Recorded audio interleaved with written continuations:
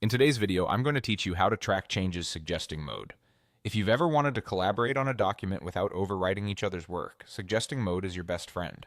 It's the equivalent of track changes, letting everyone see what's being proposed before anything becomes permanent. I'll walk you through turning it on, making edits that show up as suggestions, and how reviewers can accept or reject each change so your document evolves clearly and safely.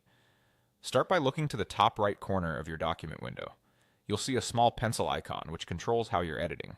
That icon is the gateway to switching between full editing, viewing, and suggesting. If you don't see it, you might be in a restricted view, or you may not have editing access. In that case, you'll need the correct permission to suggest changes.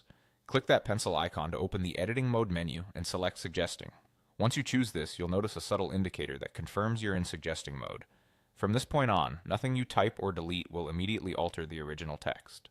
Instead, your work will appear as a proposal that the document owner or collaborators can review. Now make your edits just as you normally would. When you insert words, they'll appear in line but highlighted, and when you remove text, it will typically show as crossed out.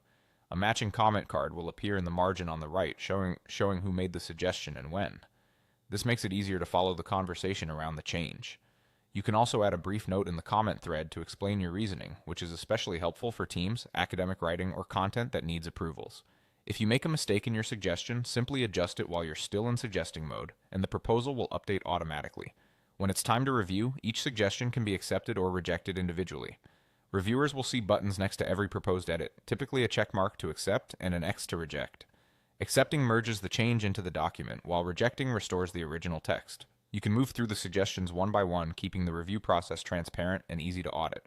If anything needs discussion, reply in the comment thread before making a decision. And that's it. By switching to suggesting, making your edits, and having reviewers accept or reject each change, you'll keep collaboration organized, respectful, and crystal clear.